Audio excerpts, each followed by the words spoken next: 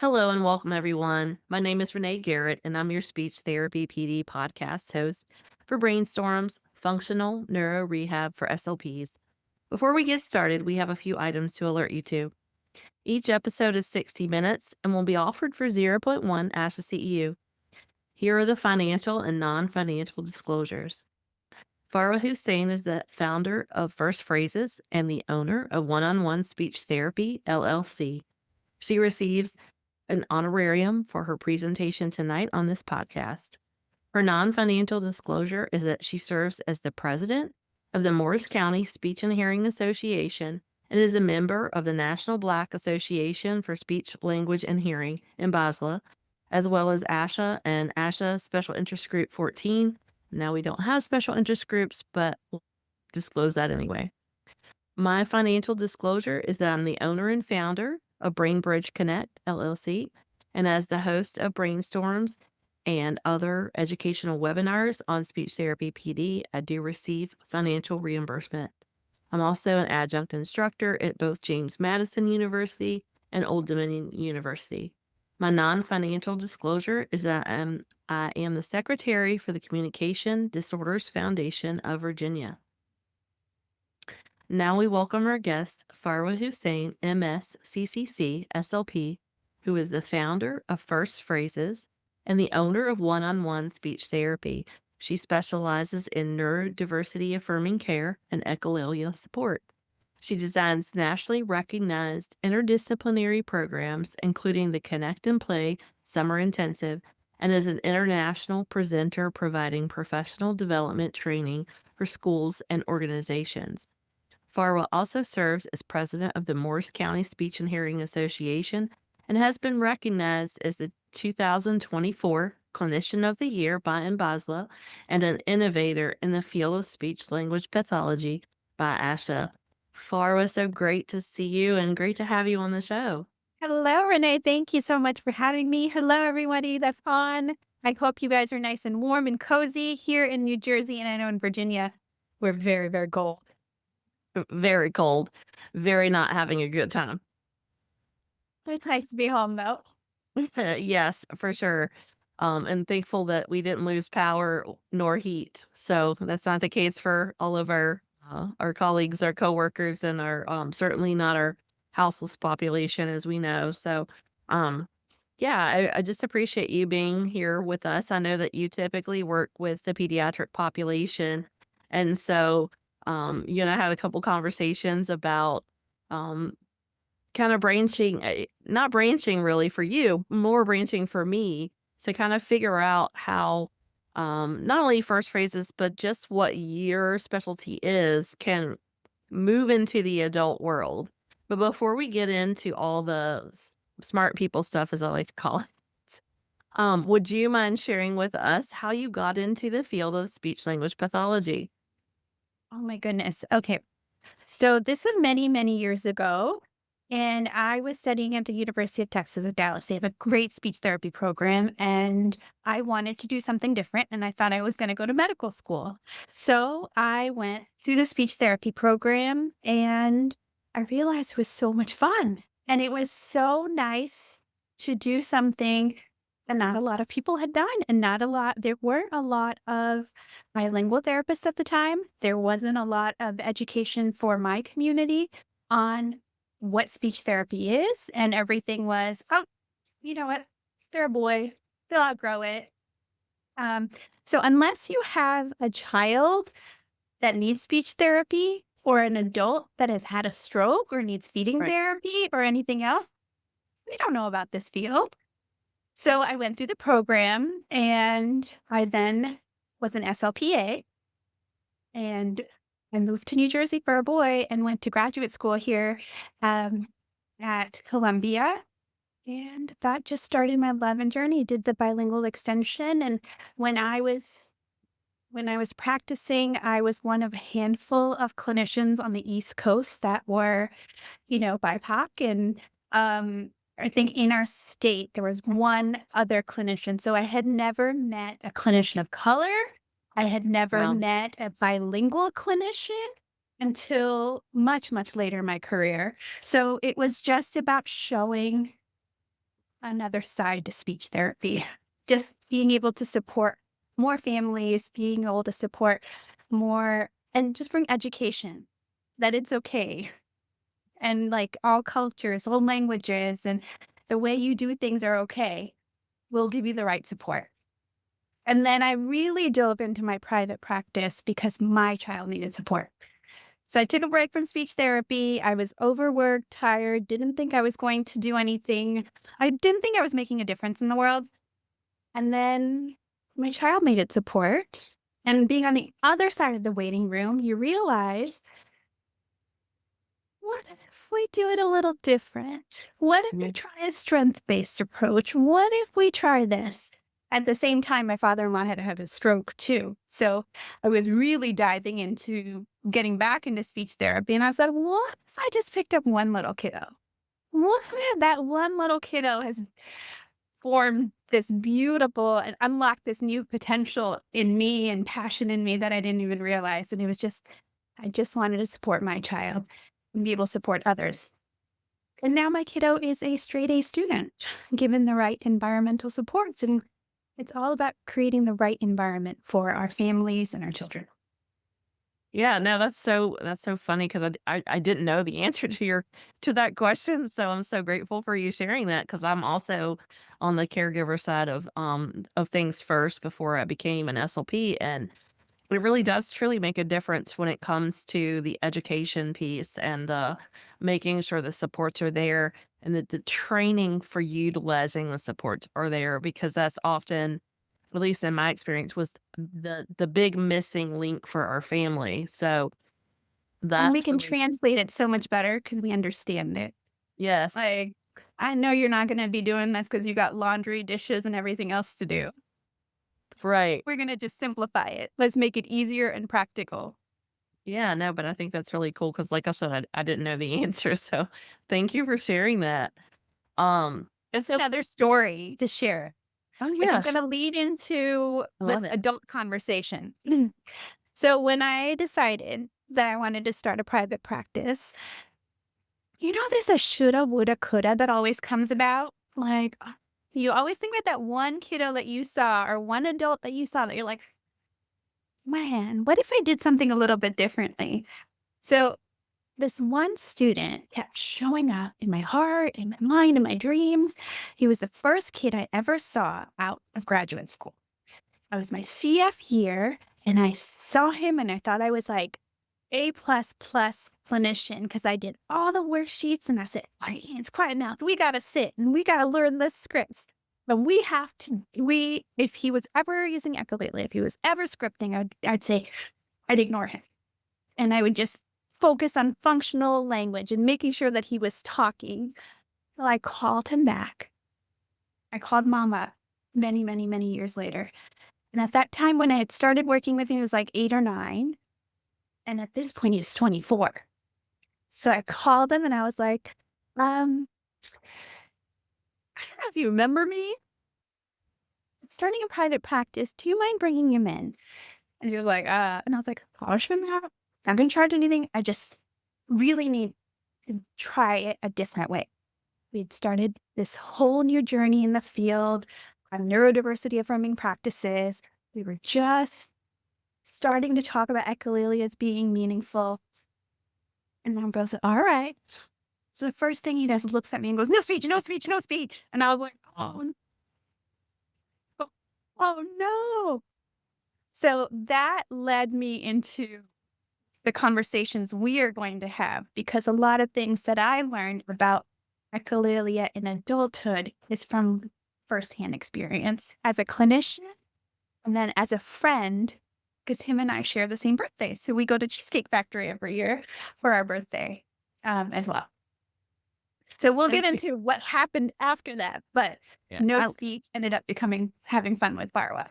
I love that because I have you know, I worked well, I did my clinicals at our children's hospital pediatric outpatient clinic here, one of the many, and I have kinda similar it's not a therapy story necessarily, but my favorite client with autism that I worked with when he was 8, 9 years old as a student clinician, He and I share the same birthday, and for some reason, I don't share my birthday with a lot of people in April, and for whatever reason, there's just not a lot of folks. So that really clicked with me when you said that before when we kind of were email chatting about what we wanted to do with this podcast. And it's funny because I've kept in touch with his mom, who happens to be a distant relative of a neighbor of mine's daughter or son-in-law. And so it's just like our worlds have collided several times beyond where I was as a student, which is crazy. Because you kind of feel like at that point you're meant to be, right? You're meant to interact and commingle with this person um over these different phases of their life and your life. Um but the thing is he has autism and now he's 25 and at the time he was 8 years old. So ooh, I just dated myself so badly. But it's been so Too. interesting to see his journey from when I knew him at his elementary school age to Yeah. see where he transitioned through high school and the transition program out of the public education system into his 20s. And he's just such a different human than what people told his mom he would be able to ever achieve. That's Um, amazing. yeah, and That's it's really amazing. cool. And she still comes back now and will, like, uh, give me credit, which is crazy because I never wanted to work with, but she always lists me as a person of, like, that was influential for their family, which I think is it's flattering, but it's also, like, very humbling because that's not what I thought would ever be the case. I thought I sucked. I was a student. I didn't wanna work with that population at all, so I think it's the reason that I really wanted to do this with you was because we get these correlations and these, life experiences that our patients have where we think maybe one thing and then something else has changed and something else happens, and we don't even realize how much when we're truly invested and we do the work and we really think about what does this client or patient need for their life? How can we be impactful in that? And I don't think it's an ego thing. We're not thinking about it in those terms. We're thinking about it as how can I make myself a better clinician so that I can serve this patient and help them have a life that's fulfilling and meaningful and they can communicate more effectively. And I think that's for me what the bottom line is and what it's all about. And it's so powerful too. It's such a and we're in this field because we truly love what we do and we love taking care of our clients and it brings us so much joy. And I always say for clinicians that tend to be like overwhelmed and forget, like you are the answer to your family's prayers. Mhm. They want their family member to communicate and connect. And now all of a sudden you come in like a ray of sunshine and it's such a magical experience, and I the sentiment of humble is resonates with me very much. Yeah. Well, and so I think let's talk about echolalia and how, oftentimes you mentioned that this can occur in a variety of different neurological disorders, but in the past, I think the thinking was that this is a behavior we want to get rid of. We want to extinguish this, especially in the adult neurogenic population.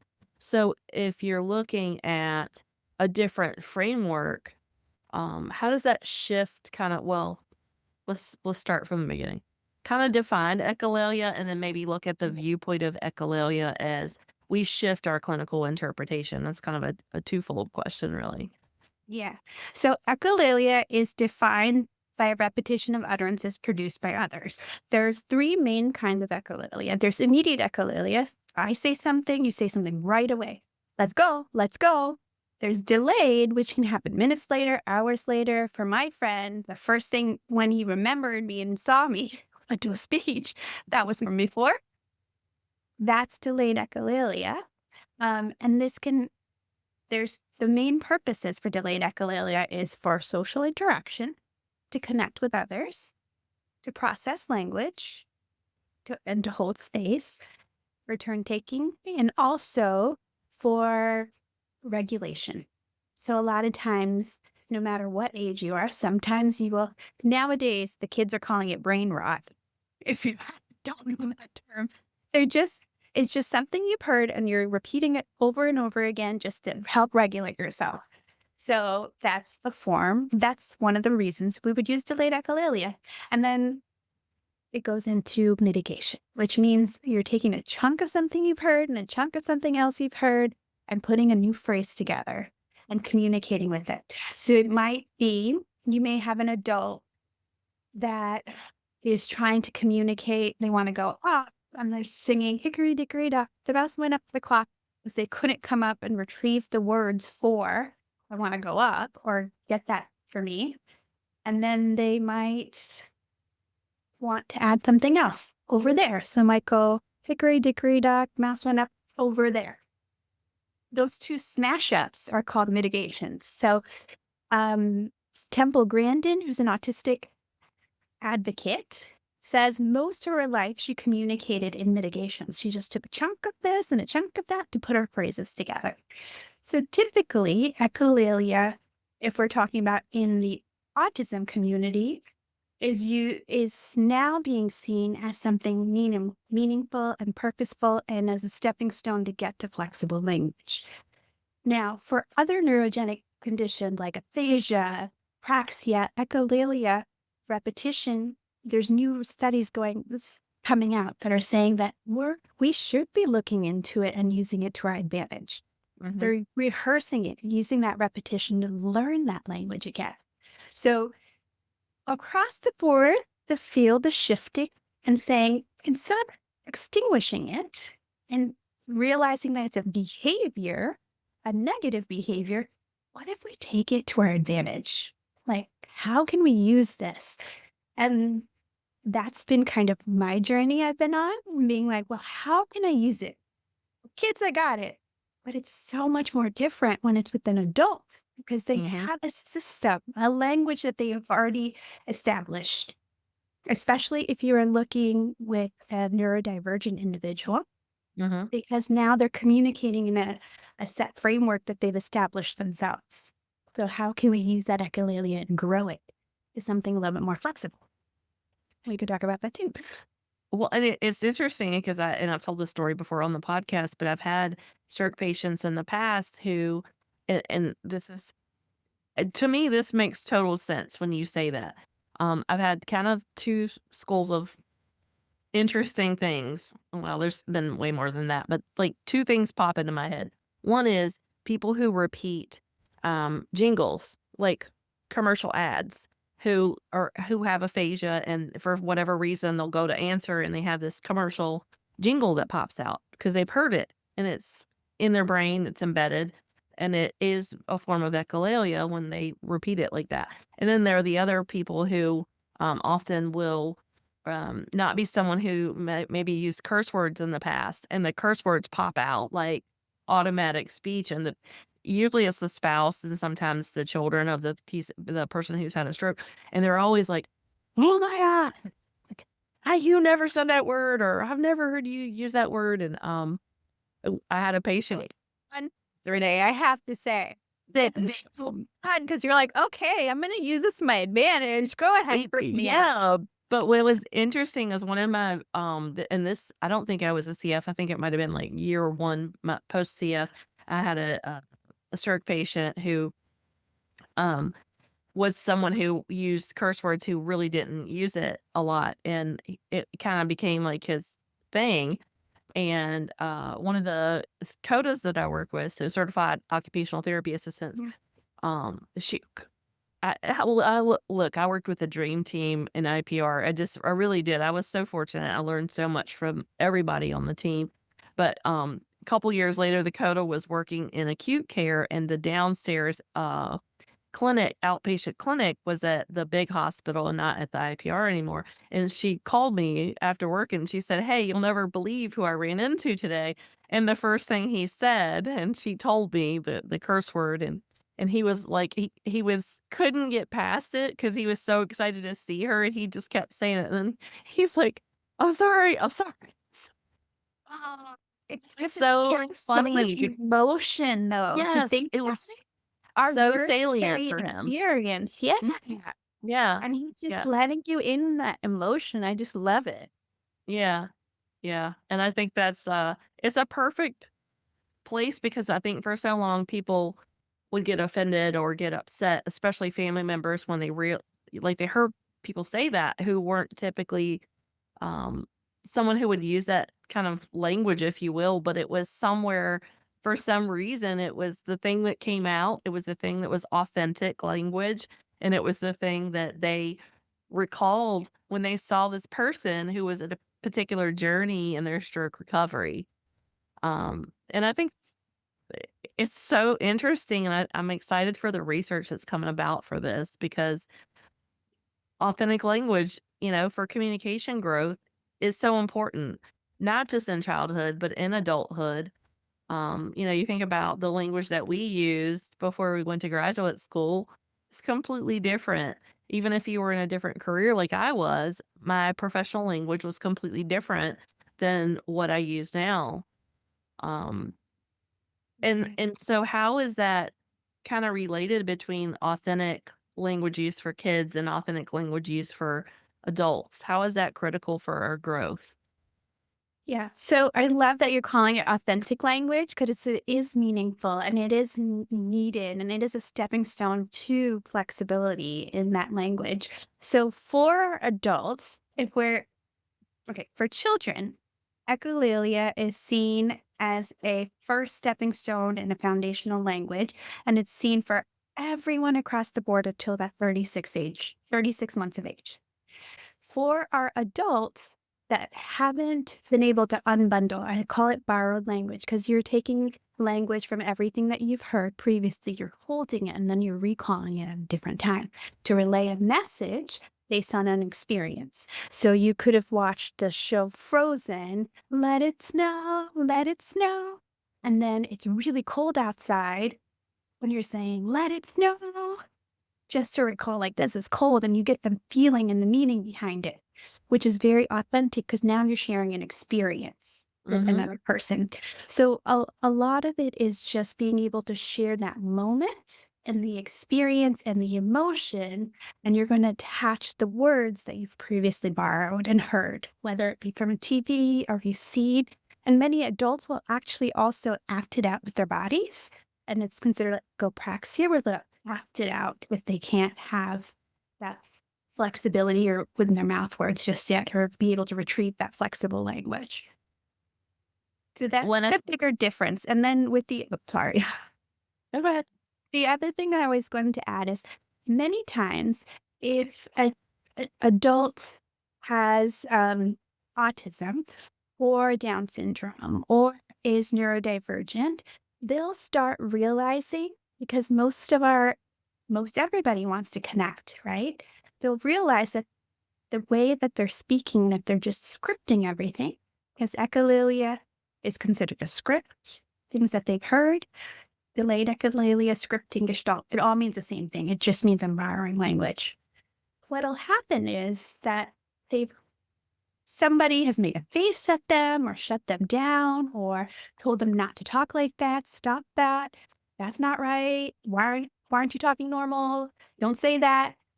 A lot of their echolalia, their scripting will go underground. So they'll Mhm. start hiding it. And it'll go into palilalia or whisper scripting. It's barely audible, and they'll do it just to regulate themselves, and they tend to shut down a little bit more. So for adults, we also need to think about giving them access to AAC, giving Mhm. them other modalities to connect, to authentically communicate what they're needing to do, or wanting to communicate when they haven't gotten to flexibility of language. Yeah, that's really interesting because I worked in the adult, community with adults with intellectual and other disabilities for about a year and a half.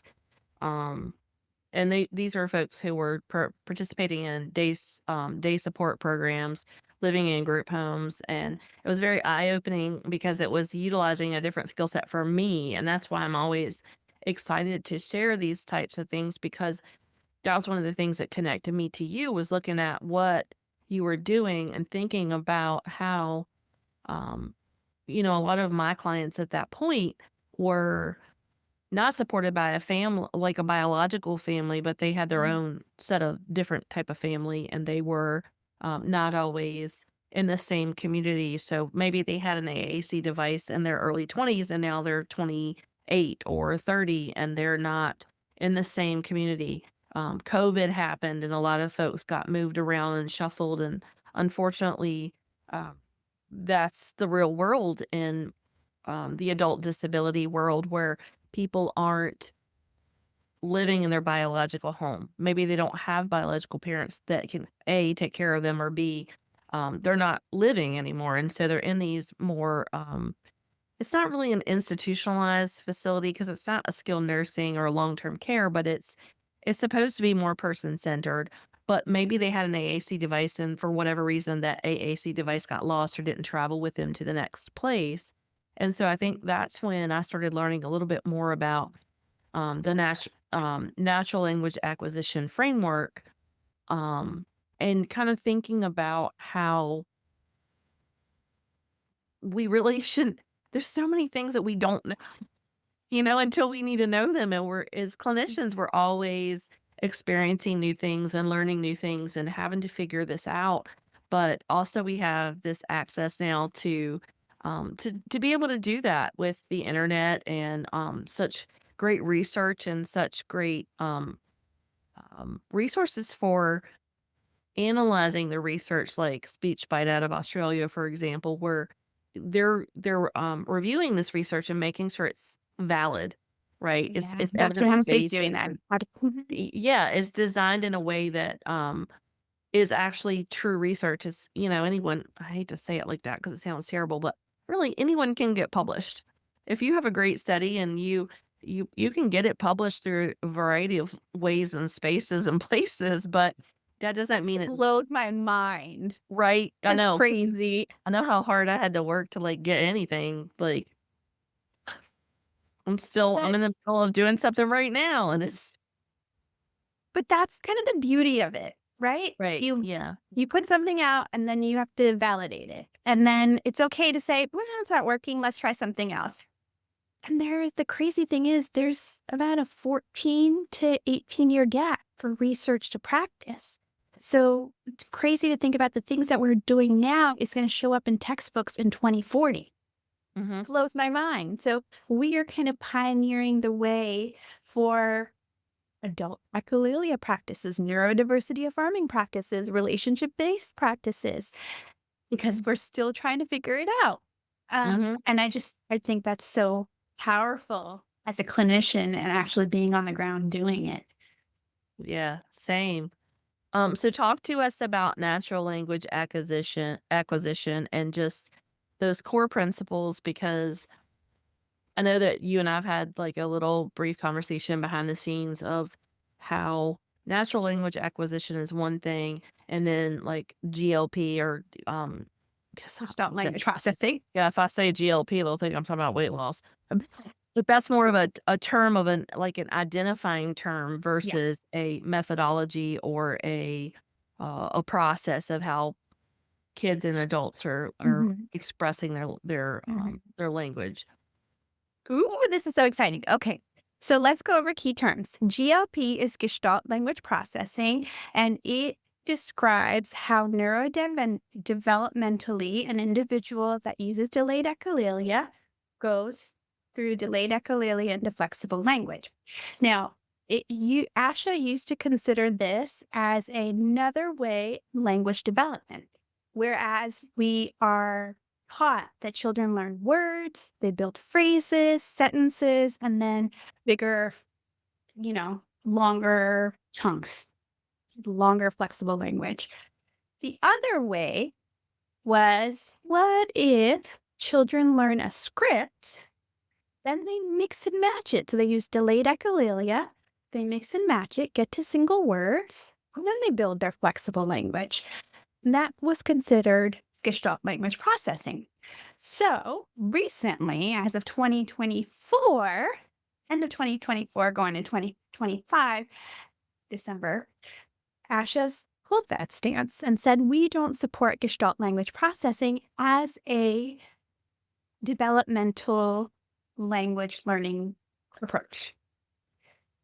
Since then, many autistic individuals consider Gestalt language processing as their identity. I use scripting to communicate. I use delayed echolalia. I am a Gestalt language processor. So for adults, Gestalt language processing is considered an identity form. And now what the field is moving into is using Gestalt language processing more of a colloquial term. Like if we are speaking to a colleague who knows about it and be like, oh, he's a Gestalt language processor, which means he used delayed echolalia and he's scripting a lot. And we have to get them to flexible speech, how you and I are communicating. So that's Gestalt language processing in quick terms. Then there's the natural language acquisition. It used to be called framework. Now it's just natural language acquisition. And it is created by Marge Blanc, who's a researcher who said that states that there are 6 stages, and it's a description of what happens to individuals that use delayed echolalia. So stage 1, if you're following the natural language acquisition, is an individual scripts, uses delayed echolalia. They call it gestalts, meaning the scripting that an individual is doing is emotionally tied to an experience. So it could be that every time I leave the house, my mom or a family member or a caregiver said, it's time to get out of here.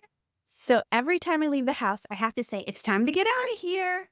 And that is my script. It can also be considered TV talk, delayed echolalia, but mostly if you're following NLA, it's called gestalts. So that's delayed echolalia. For the autism community, they prefer to use the term scripting rather than delayed echolalia or even the term gestalt. So the first part, the stage 1 is delayed echolalia. Stage 2 is when an individual realizes that they can mix and match and mitigate their delayed echolalia. So it's time to get out of here can go, it's time to go outside.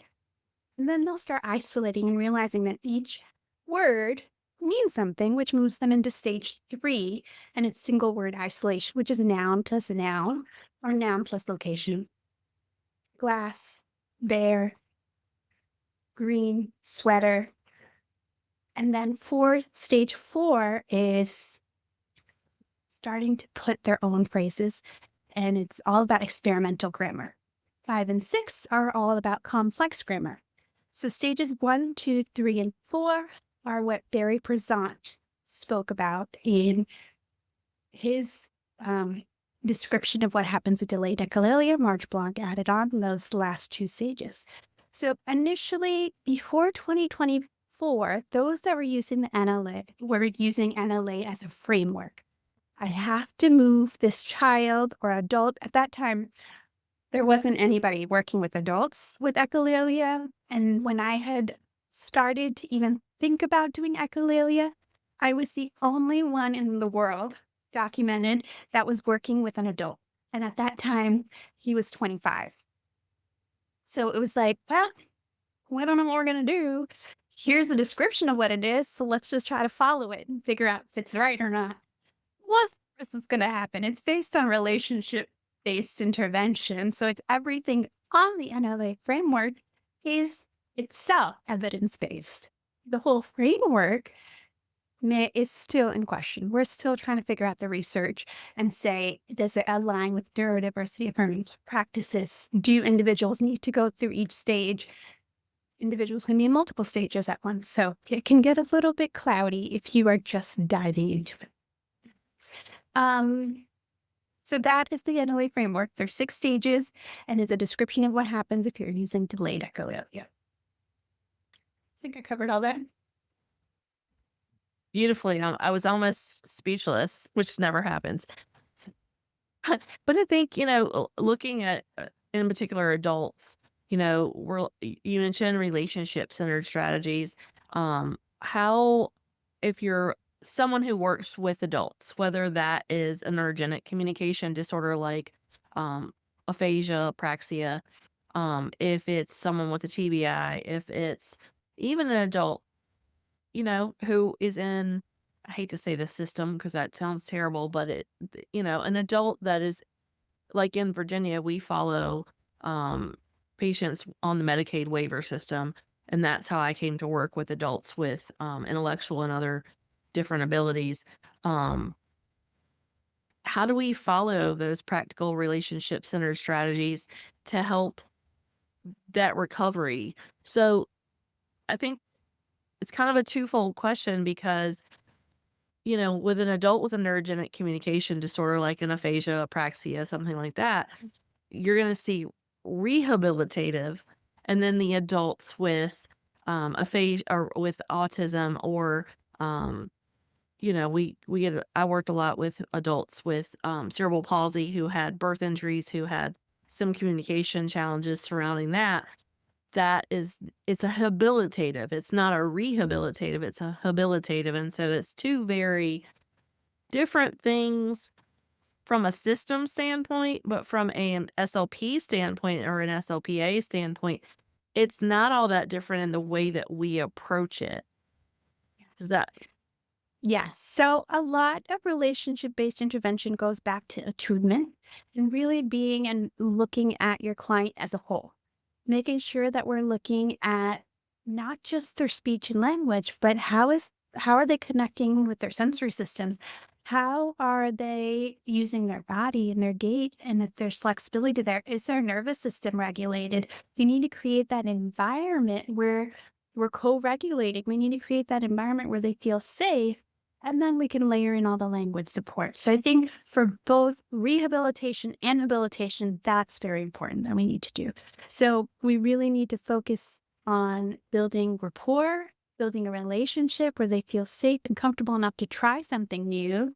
Mhm. And then, I always say, oh, I love how you stretch your brain to try something a little bit different to be able to learn. Yeah. Yeah, I have a couple questions. There's a couple questions to the chat, but I wanna kinda talk about what you just said because I had a client that I was working with, um, who was a patient on the Medicaid waiver system, and, um, he was the quickest study for an AAC device of any patient I've ever worked with at any age group, any diagnosis ever. And what happened was when we took the trial device to him, because at first he had a history of property destruction. So everyone was very concerned about maybe he's not a good candidate because he's just going to throw it or destroy it or whatever. But there was a lot of other behaviors that had been extinguished once the behavior therapist got involved and like worked through all that. So we worked together on a lot of strategies. But what happened was when we took the trial device into him and I like sat it in front of him, he looked at me like somebody finally figured out that I know how to use a communication device. And he's like thirsty, thirsty, thirsty because his triggers were like coffee, being thirsty, food. He wasn't feeling well that day, so he went from thirsty, thirsty, coffee, coffee, coffee, like, he hit coffee probably 10 times, and he had to navigate through a couple of trial menus because we didn't have it customized for him, and he got to the part where, I said, "How do you feel today?" "Sick, sick, sick."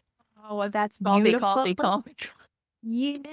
It was so great, like, I just had the best feeling about that whole thing, and, it was so rewarding to see that because would usually when I introduce an AAC device, again, depending on what the diagnosis and the age and what the circumstances are, there's a trial of like learn and discover, right? Yeah. And for him, he's like, "Oh my God, I'm glad you dummies.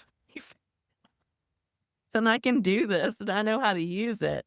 So that Well, was I just have to say, for me, Renee, in graduate school, I was taught to push for mouth words. We have to get yes. them talking. Mhm. So for me, with this friend, he was 26 when he got his first AAC system. Nobody in his entire life had thought about AAC because he could labored and, really tough for him, but he can get out a word or two.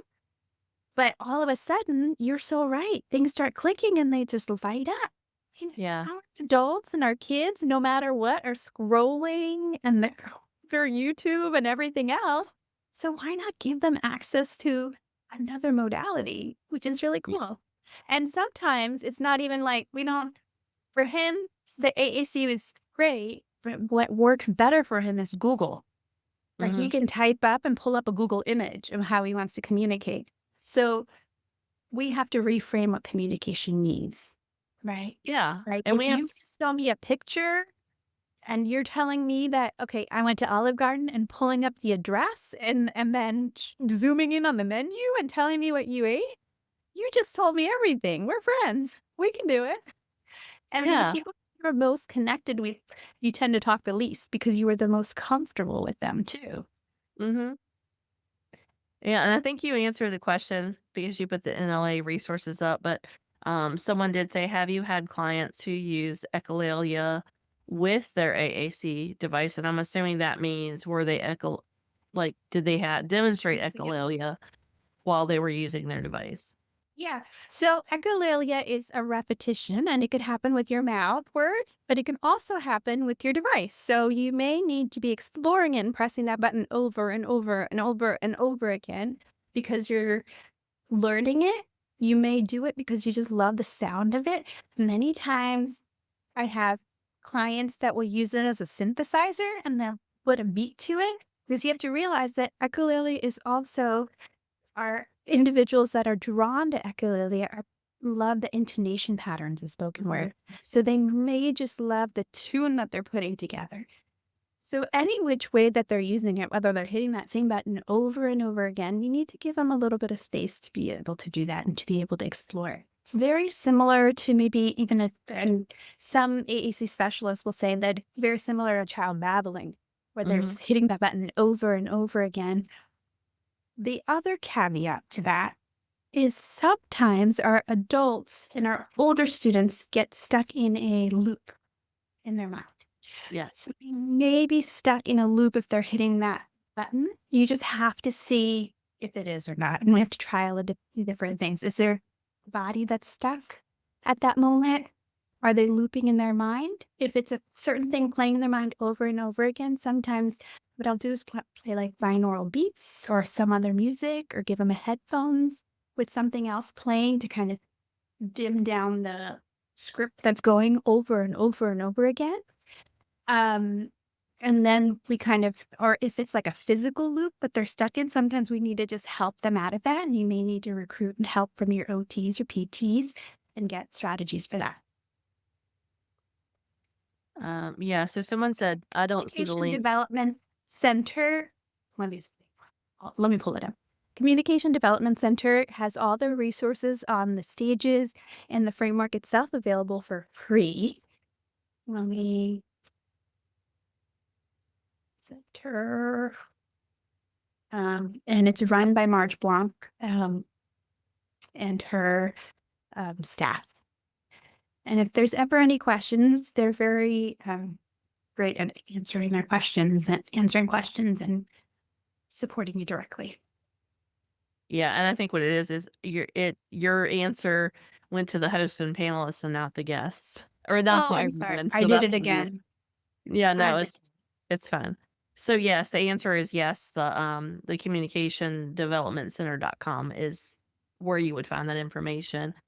And then we have another one in the Q&A that says, "I just started working in the school system this year. I've been working with adults in acute for 10 years. At what age or point do we switch the focus from having the high school student with autism who demonstrates echolalia stop working on formulating complete sentences as a family request to NLA or another means of communication?" So for our individuals that are older, and when I say older, I mean 7 and up, because at 7, you have an established system. Now what we're going to do is really focus on progress and not perfection. It might be that this individual may not get to flexibility in language, full flexibility, but if they are constantly echoing and if they are scripting everything they hear, what we want to do is not extinguish or eliminate, but we're going to give them almost shape it into more functional language. What we want to do is give them phrases across a variety of communication functions. Transition, shared joy. We often think we're only giving requests and we get stuck in that, like, I need, I want. But there's so many other ways we need to communicate, especially for our older individuals. We need body autonomy. You're too close to me. Please give me some space. I need a break. When we start building these foundational phrases for our adults, what happens is we start giving them a bank that they can start drawing from and then mitigating down the road. Rachel Dorsey, who is an autistic SLP, spoke at ASHA 2023 or 2024 about her needing these starter phrases to be able to get and communicate the message when her body wouldn't let her. We know 85 to 90% of autistic individuals have gross motor differences. So some days, the body will not let you say what you're thinking or what you're wanting. On those days, having these starter phrases, having phrases that you've learned before and have the motor plan really helps to communicate that message. So we start there. So what you're going to do is, if your adult wants coffee and they are scripting the Dunkin' Donut commercial, at that time, there's a few ways you can go about doing it. Right there, first and foremost, what you need them to realize is it's safe for you to script. And I hear you and I see you and it's totally fine. Because most likely they've been ignored, it's been something extinguished, they've been told stop that, they've been told quiet mouth, they've been told a lot of negative things. Right. And Yep. it's just the facts. So you want to initially just start repeating it, but match the same intonation pattern. Duncan runs up. Oh, America runs on Duncan. You're going to say it just like that. America runs on Duncan. And they'll look at you very quickly. And then you could say, oh, I really want some coffee. And you're just going to give them what you think that they're wanting from their perspective. Because they're already borrowing language from everywhere else. So let them borrow the words they want to say until they get to flexibility. So I really want that coffee. And we're going to say it more, not academic language, but more everyday language. Right? This is great. I need a hot Joe. And see what connects with them. And it may be that they'll repeat it right away. I want a hot cup of Joe. Or they'll just hold it. And later, they might do the Dunkin' commercial and then add, I want a hot cup of Joe. Our goal is for this to become delayed echolalia. So next time they're by the coffee machine, they go, I want a hot cup of Joe. Now we've shaped that America runs on Dunkin' and given them something functional to use right away. And that's a good stepping stone into moving them to flexible language. So for my friend, it took about a year and a half for him to even let me in his world. For him to even allow me to hear his scripting. Everything went underground. Everything was scripting, got very quiet, would not let me in. And then when he did start scripting, wasn't a lot of great things, a lot of curse words, a lot of sadness, a lot of things that people had said to him that he carried weight-wise. Slowly, with modeling different functions of communication, transition, share joy, I really start with empowerment as well. I'm amazing. I'm great. I can do it. It feels really weird when you're modeling from the other person's perspective in a first person because we're so used to doing it the other way. Like, it's amazing. You're so great. You're this. The second we make the shift with somebody truly using echolalia, it really helps connect them to language and it becomes theirs. And then slowly, he started repeating what I was saying. And slowly, there was when he needed something, he would just repeat. And I was like, oh my gosh, this is working. And it's really powerful, no matter what phase you go through in language development, to give yourself language as like, I got a grasp of it. Because for the first time in his life, when he started isolating single words, he went to mom and went, bike. Mom goes, we're not getting a bike. And he goes, Walmart. Bike. He made it very clear that he wanted a bike. That was the first time in his life, 26, to really advocate for himself and get it. He is the happiest camper in his tricycle riding around his neighborhood in his bike. That's powerful. Now, has Yeah. he gotten to flexibility of full complex language? No. But where he's at, people are understanding him and connecting with him. And that's powerful. And he himself feels confident in himself. That's powerful. So there's a lot of education that needs to happen with families on expectations. Yep. And that part is a little hard, but we need to let them know because then everybody's on the same page. Yeah, and it's the same in the adult world, for neurogenic communication. A lot of our aphasia patients, we use scripting to promote social language, and like you mentioned, menu ordering, for example. I did that for many, many patients, and it's for a lot of them, it is very powerful when they can practice it because what they're being depending on who they've worked with, a lot of times they'll be practicing in these full on, like, what would you like to order today? Or what would you like to drink? And, when this person comes to the table who's very busy and, they're a food service worker or server, they're interacting with tons of people from all over the different walks of life, right? They're not going to come up and necessarily use these full on complex communication interactions. They're going to say, what would you like to drink? That's a boom. You don't have to say, in response, I would like to order a glass of iced tea. We don't communicate that way. It's not that formal and serious. It would be like iced tea, and they're going to say sweetened or unsweetened. And that's how you practice. And that's how people, like you said, they gain confidence. They gain, it's salient for them. It's meaningful. It's how they interact with their family. And now they can translate that into a broader interaction that's with someone who's unfamiliar, who's an unfamiliar communication partner. I mean, they've Um, learned the motor plan as well. We need to think yes. about that. And Mhm. that's important too. So giving them these, preset, oh, I use them. You Yeah. have our orders down in the different restaurants and different things. You see someone, how's it going? That's Chris. Yeah. How's it Or going? how are you? I'm fine. How are you? I'm Yeah. fine. And 99% of the time I'm not fine, but I'm gonna say I'm fine because I don't feel well. Exact- Exactly. Yeah. Again, ukulele is used for social interaction, Yeah. regulation, processing language. Mhm. We all do it. Mhm. Yeah. It's just like when we talk about AAC and people realize that we all use AAC every day because our phone is the easiest AAC device. Well, not always, because sometimes it's complex.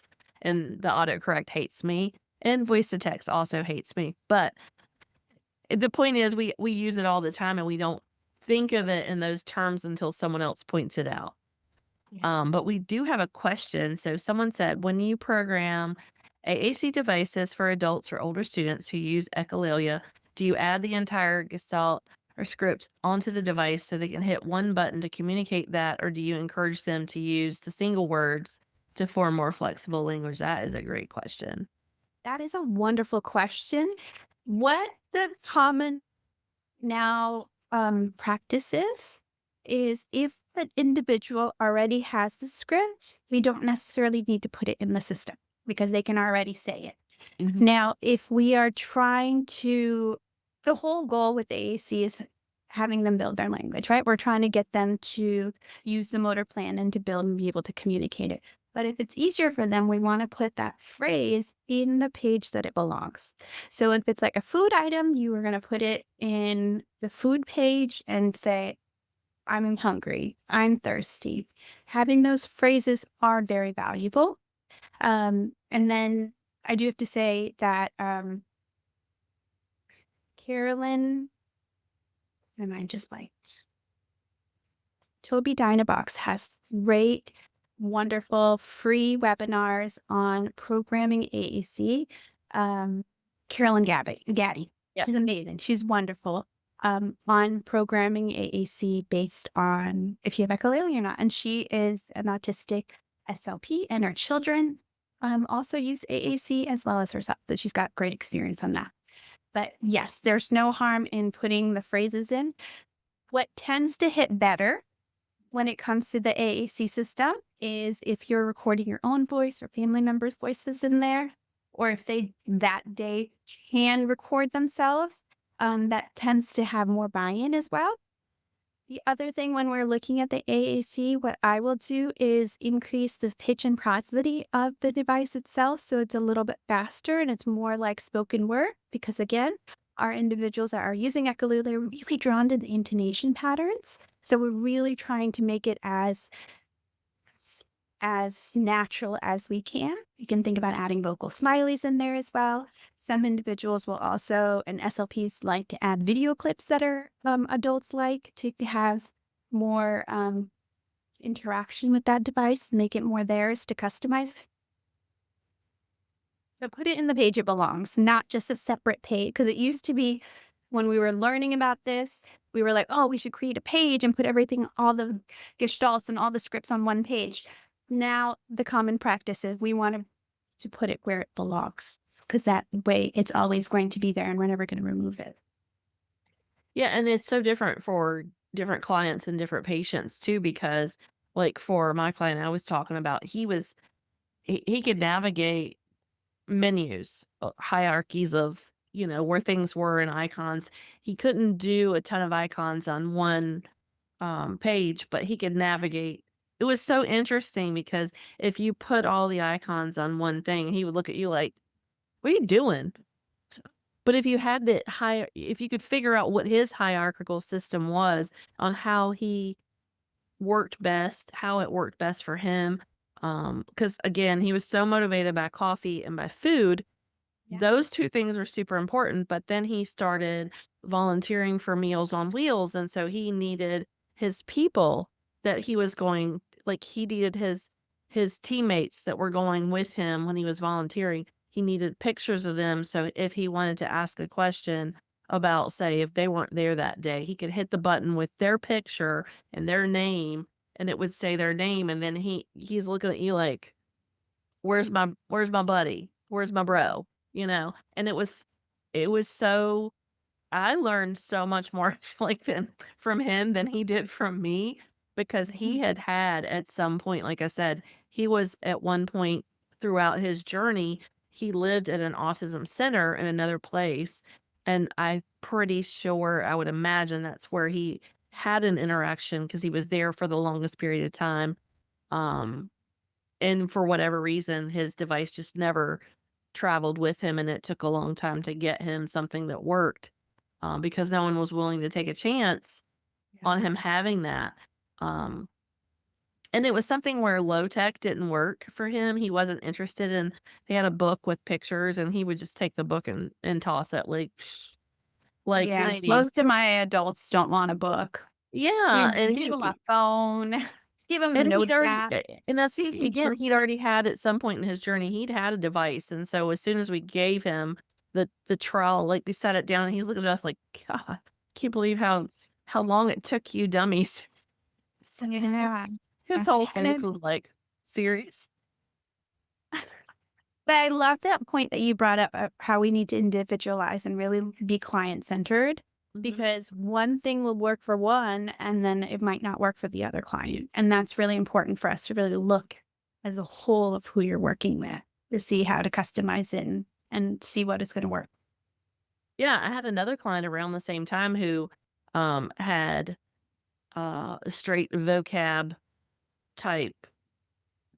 His system had pro, low, quote, to go, and his icons were like 40 something on a page, and he just wanted that. He wanted all that vocab that he could just hit different buttons, and he was using more echolalia and single words and not doing scripting. His scripting wasn't successful for him.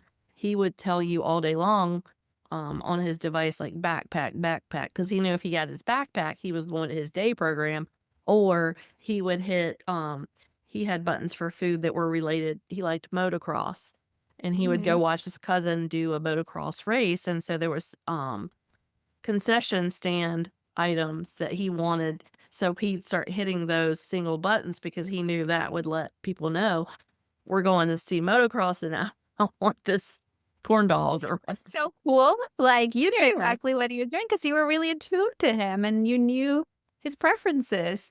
Yeah, but if you put his language in scripted form or you put it in a layered system of he had to navigate through several different pages to get to what he wanted, he would have just given up. He would just kind of toss the iPad at you like, nope, thank Yeah. you. That's true. I think currently there's some new research coming out on how LAMP has been a lot more effective for our autistic individuals, Mhm. especially the older ones.